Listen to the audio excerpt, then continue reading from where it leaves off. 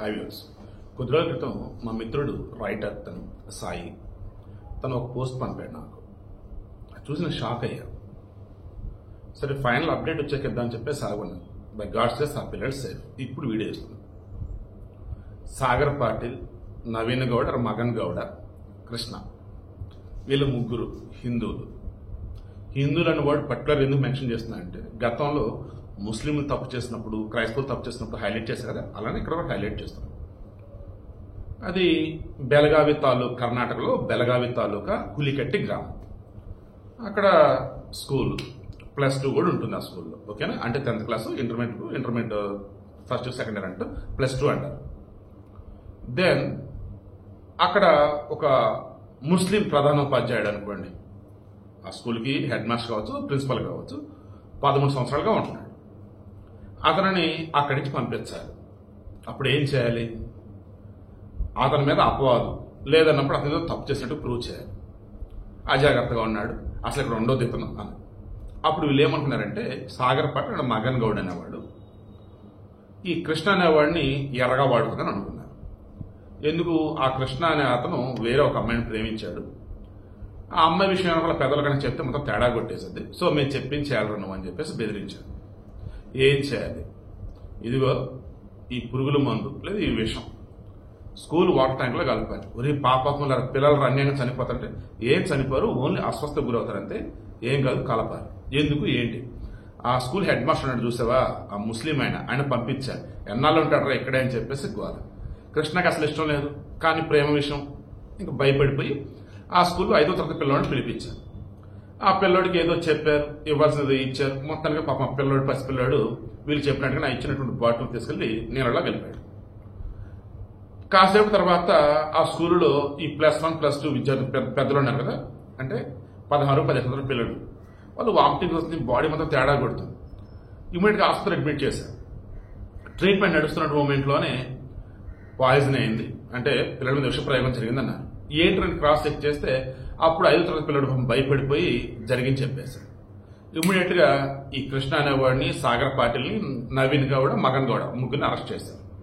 ఎందుకు ఏంటంటే అదిగో ఆ ముస్లిం ప్రధానోపాధ్యాయుడు, ఆ ముస్లిం ప్రిన్సిపల్ ఉండటం మాకు ఇష్టం, ఎన్నాళ్ళు మా ఊర్లో వాడి పెత్తనం, ఎన్నాళ్ళు వాడిది అని చెప్పేసి. ఎంత దారుణం, ఎంత దుర్మార్గం అండి. ముస్లిం జిహాదీలు ఉంటారు. ఏంటి జిహాదీలు అంటే ముస్లిం మతానికి సంబంధించి అందరినీ మార్చాలి. ప్రపంచంలో అల్లా ఒక్కడే దేవుడు, ప్రపంచంలో ముస్లింలు మాత్రమే ఉండాలి. అవునా?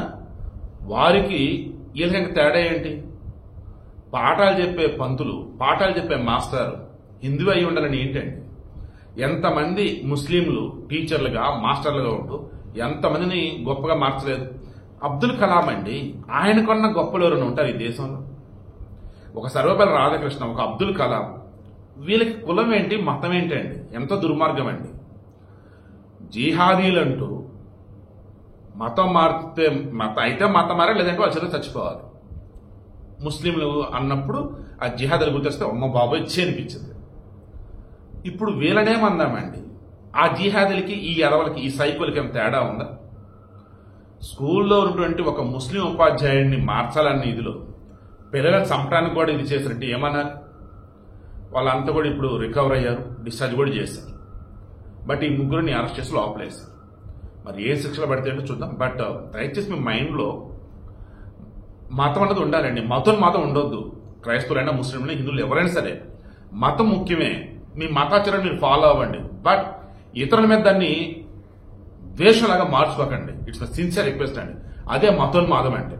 దానివల్ల మిమ్మల్ని మీరు కూడా తగలెట్టేసుకుంటారు, అవతల వాళ్ళు కూడా చంపేస్తారు, ఈ సమాజాన్ని మొత్తం సర్వనాశనం చేసేస్తారు. మీ మతం మీకు మంచిదే, మీ మతం మీకు గొప్పే, మీ మతం మీకు ముఖ్యమే, మీ మతాచరణ మీరు ఫాలో అవ్వండి. ఇతరుల మీద ఎందుకు ద్వేషం, విద్వేషం అవన్నీ కూడా?